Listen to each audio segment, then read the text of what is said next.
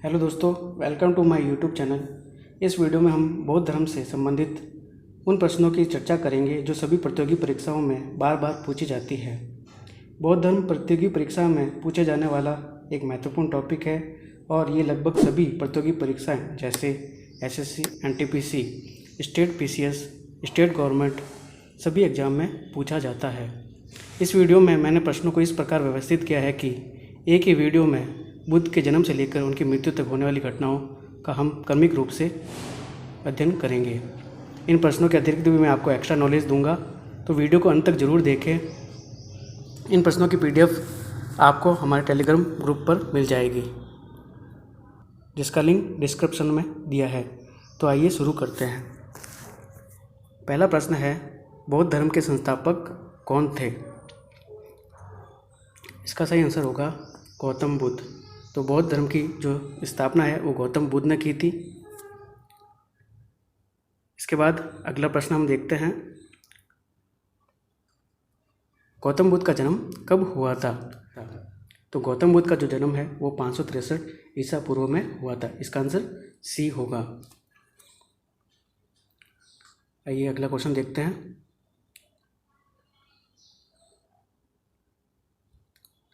गौतम बुद्ध का जन्म स्थान का क्या नाम है? तो गौतम बुद्ध का जो जन्म हुआ था वो लुम्बिनी में हुआ था। लुम्बिनी में दोस्तों आपको बता दूं ये नेपाल में है, नेपाल के कपिलवस्तु में है।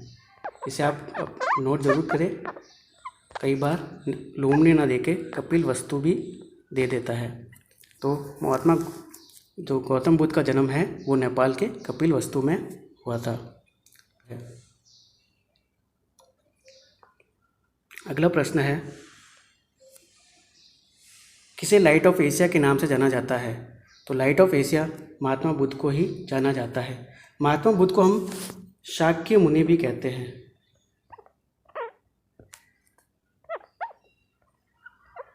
शाक्य मुनि हम इसलिए कहते हैं क्योंकि ये शाक्य वंशज के थे। इनके जो वंशज का नाम था वो शाक्य था। चलो हम अगला प्रश्न देखते हैं। तो अगला प्रश्न है, गौतम बुद्ध के बचपन का क्या नाम था? तो गौतम बुद्ध के बचपन का नाम सिद्धार्थ था। इसका आंसर बी होगा। इनका बचपन का जो नाम था सिद्धार्थ था। बाद में जब इन्होंने ज्ञान प्राप्त की तब उसके बाद से उनको गौतम बुद्ध के नाम से जाना जाता था। बचपन में इनका नाम सिद्धार्थ था। तो आइए अगला प्रश्न देखते हैं। अगला प्रश्न है, गौतम बुद्ध के पिता का क्या नाम था? गौतम बुद्ध के जो पिता का नाम था वो शुद्धोधन था। इनके पिता का नाम शुद्धोधन था। इसका आंसर होगा सी।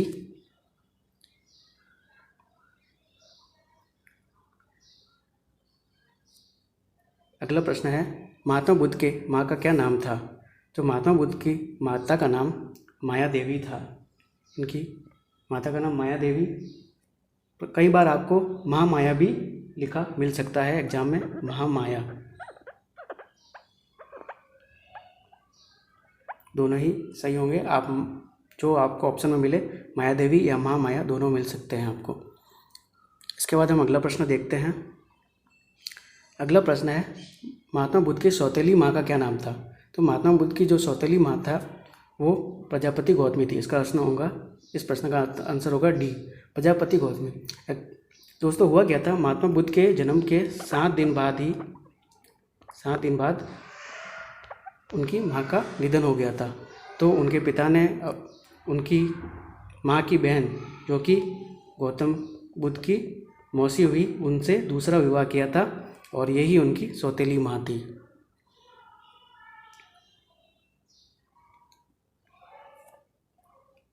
अगला प्रश्न है, महात्मा बुद्ध के पत्नी का क्या नाम था? तो महात्मा बुद्ध की पत्नी का जो नाम था वो था यशोधरा। इसका आंसर होगा बी। इसके बाद अगला प्रश्न है, गौतम बुद्ध के पुत्र का क्या नाम था? गौतम बुद्ध के पुत्र का नाम राहुल था। इसका आंसर होगा डी।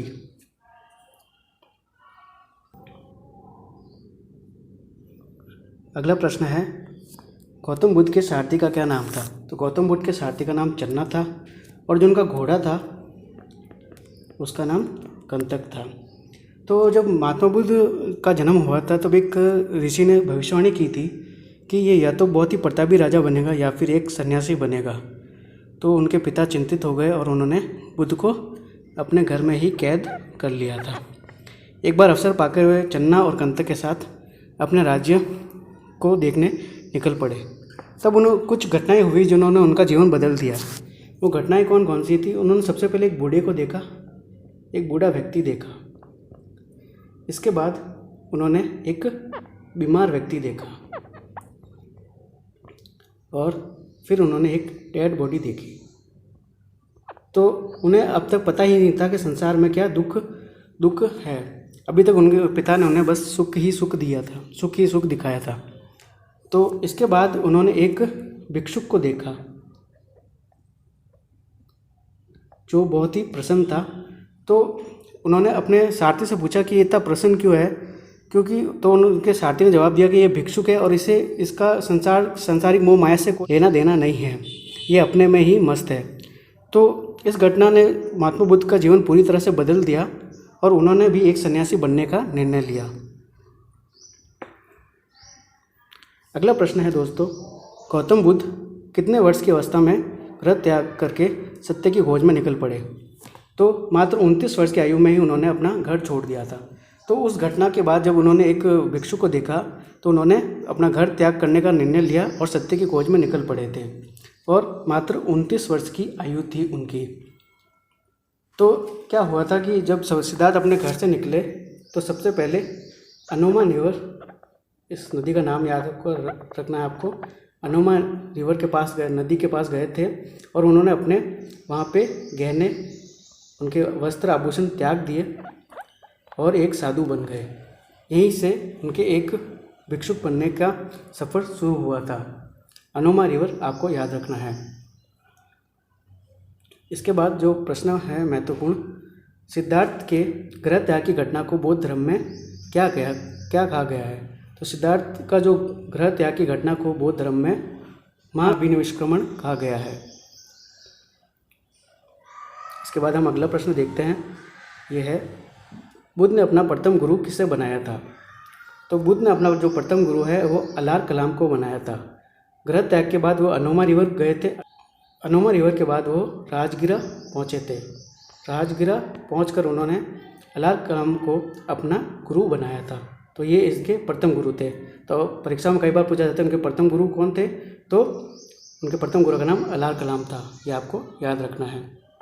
इसके बाद हम अगला प्रश्न देखते हैं, जो है गौतम बुद्ध के दूसरे गुरु का क्या नाम था? तो उनके दूसरे गुरु का नाम रुद्रक था। इसका आंसर सी होगा, रुद्रक। इन्हें कहाँ मिले थे? रुद्रक इन्हें वैशाली में मिले थे। तो राजगिरा के बाद वो वैशाली गए थे जहाँ उन्होंने अपना दूसरा गुरु रुद्रक को बनाया था।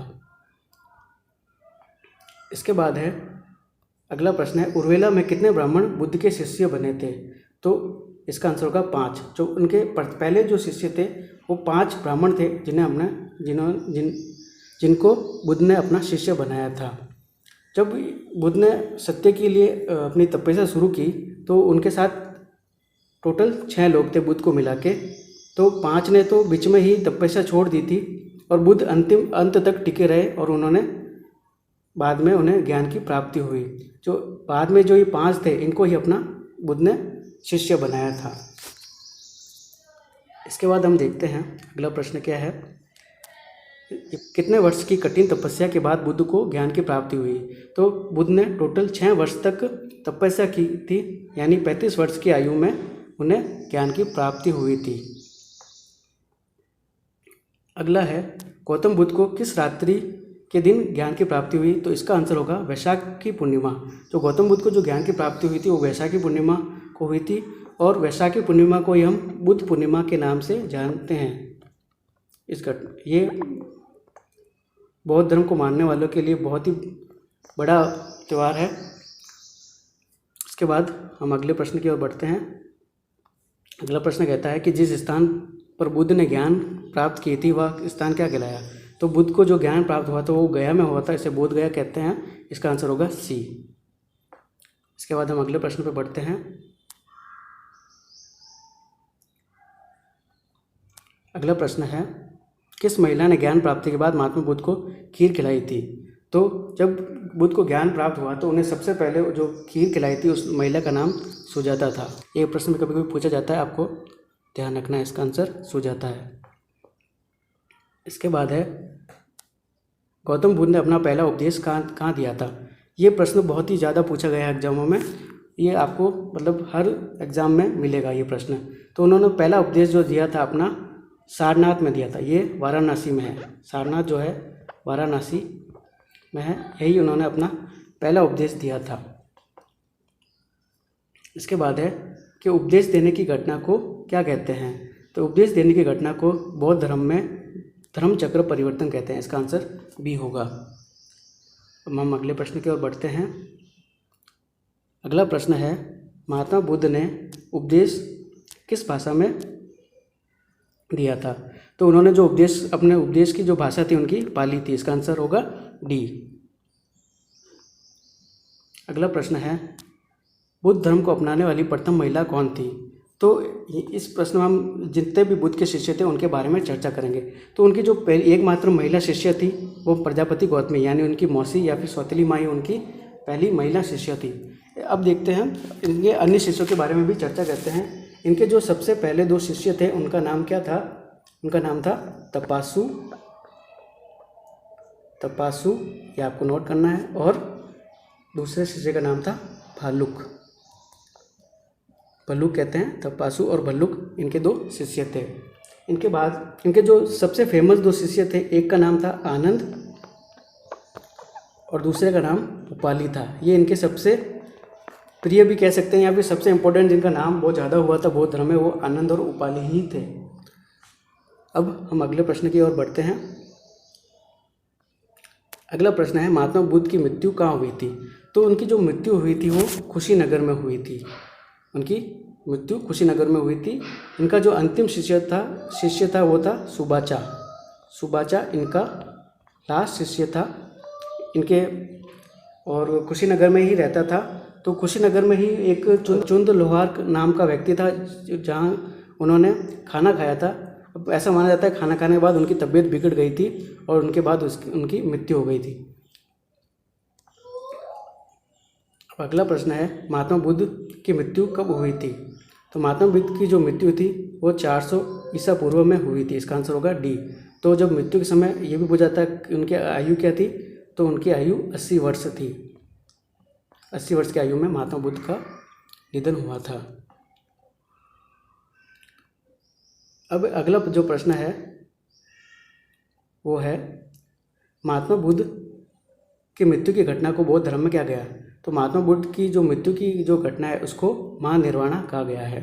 बौद्ध धर्म में इसे महानिर्वाणा कहा गया है। अगला प्रश्न है, अब जो है अगला प्रश्न उनकी संगोष्ठी से लेकर है। महात्मा बुद्ध की मृत्यु के बाद कुल 4 संगोष्ठी हुई है। हर संगोष्ठी से कुछ ना कुछ प्रश्न बनते हैं। मैं आपको 4 इनके सारे मैंने अलग से प्रश्न नहीं बनाए, एक ही प्रश्न में उनसे जो प्रश्न पूछे जाते हैं वो आपको बताना लाऊं। तो ये प्रश्न है कि महात्मा बुद्ध की प्रथम संगोष्ठी या संगति कहते हैं इसे, किसके शासनकाल में हुई थी। तो ये हमें याद रखना है, ये अजातशत्रु थे जिनके शासनकाल में उनकी पहली संगोष्ठी या संगीति हुई थी। अब इससे और क्या क्या प्रश्न पूछे जाते हैं प्रथम संगोष्ठी से कि इसका कौन से स्थान पर हुई थी। तो ये राजगृह नामक स्थान पे हुई थी। प्रथम संगोष्ठी जो है ये आपको नोट करना है अपनी कॉपी में, ये राजगृह नामक स्थान पे हुई थी। इसके साथ ही इसमें 2 पिटक ऐड किए गए थे। पिटक एक तरह से मान लीजिए कोई पुस्तक बुक की जिसमें गौतम बुद्ध के ज्ञान की बातें हैं, वो 2 पिटक जो है इसी प्रथम संगोष्ठी में ऐड की थी। उनका नाम था, एक का नाम था विनय पिटक और एक था, दूसरे का नाम था सुत पिटक। ये आपको ध्यान रखना है। तो प्रथम संगोष्ठी से ये महत्वपूर्ण प्रश्न है जो पूछे जा सकते हैं। अब देखते हैं अगला प्रश्न क्या है। ये जो प्रश्न है ये है तृतीय संगोष्ठी जो है बुद्ध की किसके कहाँ हुई थी। तो इसका जो आंसर होगा, इसका आंसर होगा पाटलिपुत्र। तो इससे और कौन कौन से प्रश्न बनते हैं इससे कि सबसे पहले जो शासक था उस टाइम, ये इम्पोर्टेंट है, ये थे अशोक। सम्राट अशोक जो है उस टाइम शासक थे। इसके साथ ही इन्होंने तीसरा पिटक ऐड किया था बौद्ध धर्म में, ठीक है। और ये किसके द्वारा लिखा गया था? ये आपने नाम सुना होगा कई बार, मोगलीपुत्तिस नाम के व्यक्ति ने लिखा था, मोगलीपुत्तिस। ये आपको ध्यान रखना है। अब हम अगले प्रश्न की ओर बढ़ते हैं। अगला प्रश्न है, चतुर्थ बौद्ध संगोष्ठी कहाँ हुई थी? तो ये कुंडलवन में हुई थी। ये कश्मीर में है, कश्मीर। और उस टाइम जो शासक थे वो थे कनिष्क। तो संगोष्ठी से ये महत्वपूर्ण प्रश्न है जो पूछे जाते हैं। इसके बाद हम देखते हैं अगला प्रश्न क्या है। बौद्ध धर्म को भारत से बाहर फैलाने का श्रेय किस राजा को जाता है? तो ये जो श्रेय जाता है सम्राट अशोक। अब अशोक ने किस तरह से बौद्ध धर्म को बाहर फैलाया था ये मैं आपको तब बताऊंगा जब मैं आपको सम्राट अशोक के बारे में पढ़ाऊंगा। मैं आपको इसी तरह वीडियो बनाते रहूँगा, उनके बारे में भी पढ़ाऊंगा, तब आपको बताऊंगा उनका बौद्ध धर्म से क्या संबंध था और कैसे उन्होंने फैलाया था बाहर। इसके बाद हम अगले प्रश्न की ओर बढ़ते हैं जो कि है, धार्मिक जुलूस की शुरुआत सबसे पहले किस धर्म ने की थी? तो सबसे पहले जो है बौद्ध धर्म ने ही धार्मिक जुलूस की शुरुआत की थी। तो इस वीडियो में इतना ही दोस्तों। अगर आपको वीडियो पसंद आया तो लाइक करें और सब्सक्राइब भी करें चैनल को, और अपने दोस्तों के साथ शेयर करें। इसी तरह जो प्रतियोगी परीक्षाओं में इंपॉर्टेंट प्रश्न पूछे जाते हैं अलग अलग टॉपिक से, मैं उनके लिए आपके लिए वीडियो बनाने वाला हूँ। तो चैनल को सब्सक्राइब जरूर करें और बेल आइकन को प्रेस करें ताकि आपको डेली अपडेट मिले। और PDF आपको टेलीग्राम ग्रुप में मिल जाएगी, जिसका लिंक मैंने डिस्क्रिप्शन में दे रखा है नीचे, वहाँ से आप देख सकते हैं। धन्यवाद दोस्तों।